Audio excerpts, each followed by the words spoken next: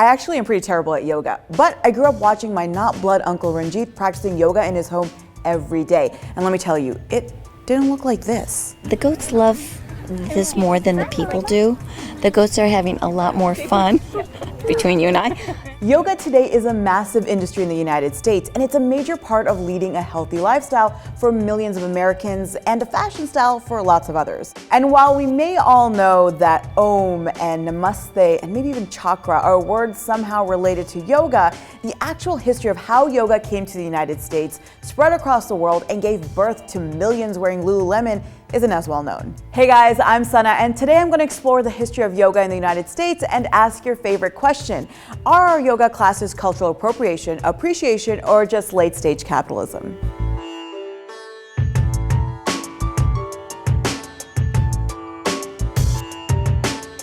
Yoga is a massive industry in the United States. One study found that Americans spend $16 billion a year on clothing, equipment, classes, and accessories.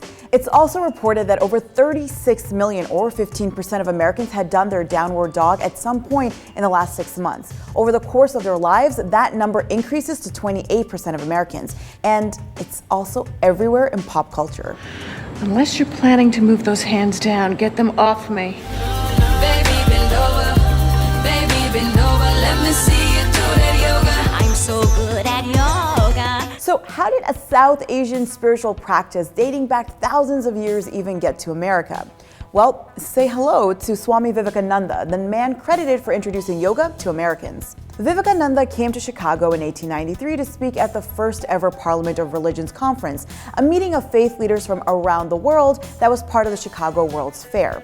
He's credited for having introduced Hindu spirituality to Americans through a series of speeches he gave at the conference. Dr. Andrea Jain, who focuses on the popularization of yoga around the world, says that while Vivekananda made yoga better known in the United States, there were others who were already dabbling in it before him. Many Americans appropriated yoga and practiced it as a part of their spiritual traditions long before that. They appropriated, of course, modern versions of yoga that they thought were non-dogmatic and oftentimes removed from religious institutions. And Vivekananda wasn't even the guy who popularized the kind of yoga we do today in classes.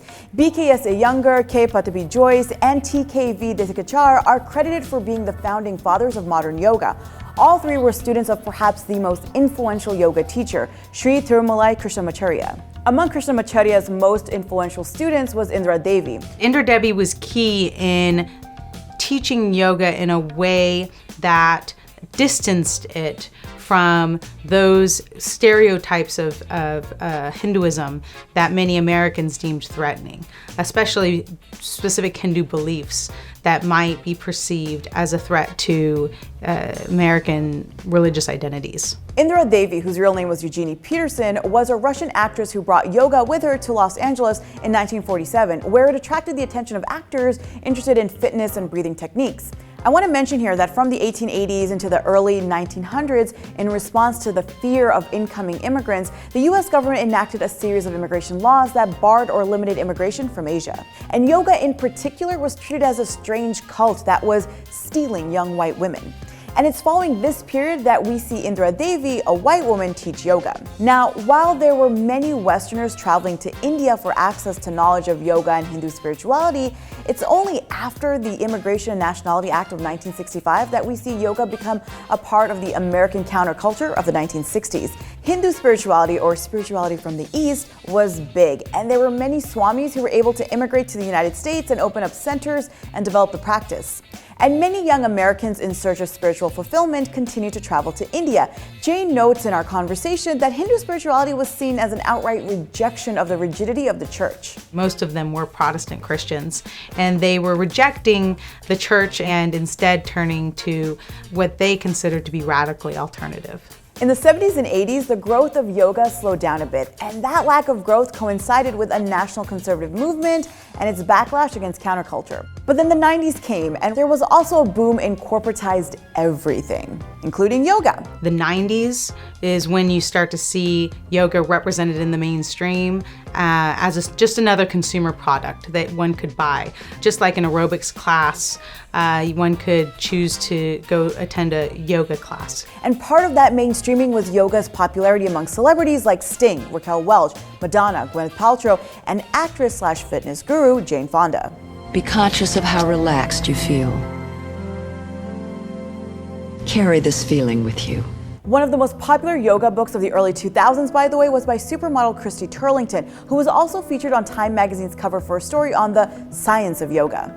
Soon the instructors to the stars like Baron Baptiste and Rodney Yee became more mainstream celebrities themselves. So back to that pesky question. Is practicing yoga, if you're not part of Hindu or even South Asian culture, actually a form of cultural appropriation, or is it appreciation? I actually got to sit down with badass Bay Area artist Chirag Bhakta, who in 2014 put together an exhibit at the San Francisco Asian Art Museum called #WhitePeopleDoingYoga.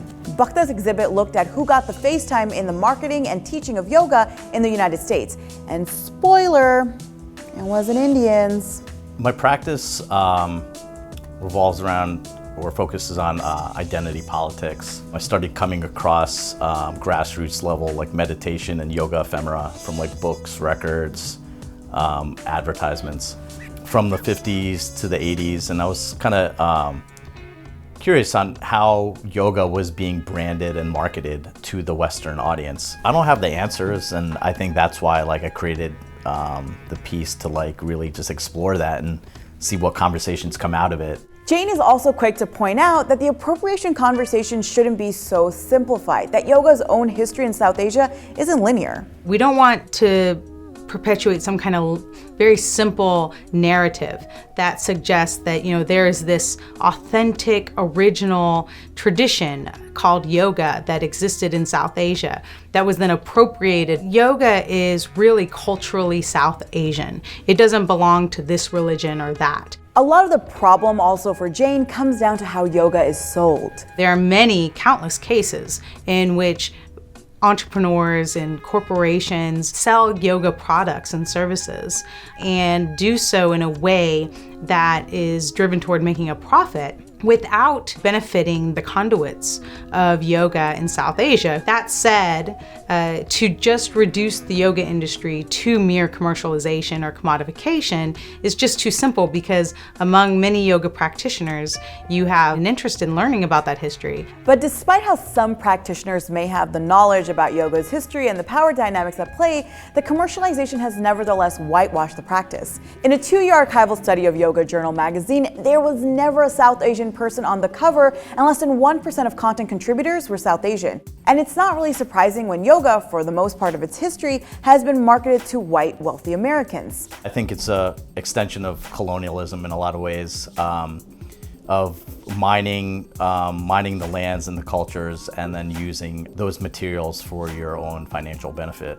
Chirag also pointed out how the founder of Lululemon, the leading name in yoga apparel, actually made a comment in 2004 in an interview about how he chose the name for the company because it was funny to hear the Japanese try to pronounce it. White male, like, making fun of one Asian culture, mining the shit out of another culture, and just sitting on billions of money. And you start seeing this pattern of like, oh yeah, this sounds familiar. And Jane notes that while many yoga consumers may actually be searching for something spiritual, the yoga industry functions on, well, a sort of exoticization of that spirituality. Even though we oftentimes think of commercial yoga as non-spiritual or non-religious or simply fitness, or simply commodities, it's a lot more complicated because many of the reasons behind why consumers choose yoga are tied to Orientalist stereotypes. So when entrepreneurs then sell these products, they are capitalizing off of those stereotypes. This whole conversation on appropriation and authenticity takes an uncomfortable turn when we look at how yoga has been weaponized in India under the leadership of Narendra Modi and the Hindu nationalist BJP party. They've been trying to reclaim yoga as a Hindu tradition, as a way to assert Hindu identity in a multi-religious country where Muslims have come under violent threat. So how should we approach our yoga classes? Is it time to drop the sun salutations and incredibly comfortable pants? Well, I'll leave that to Bhakta. I guess what I want people to take away is to just really stop and think about what they're stepping on and, you know, what they're participating in when either going to a yoga class or buying those yoga pants. Hey guys, hope you enjoyed the video. We, by the way, didn't even get to touch on the fact that there is a global tourism industry that is centered on yoga, or that yoga itself is being commercialized in India. But let us know what you think in the comments, and don't forget to subscribe and come back next Sunday.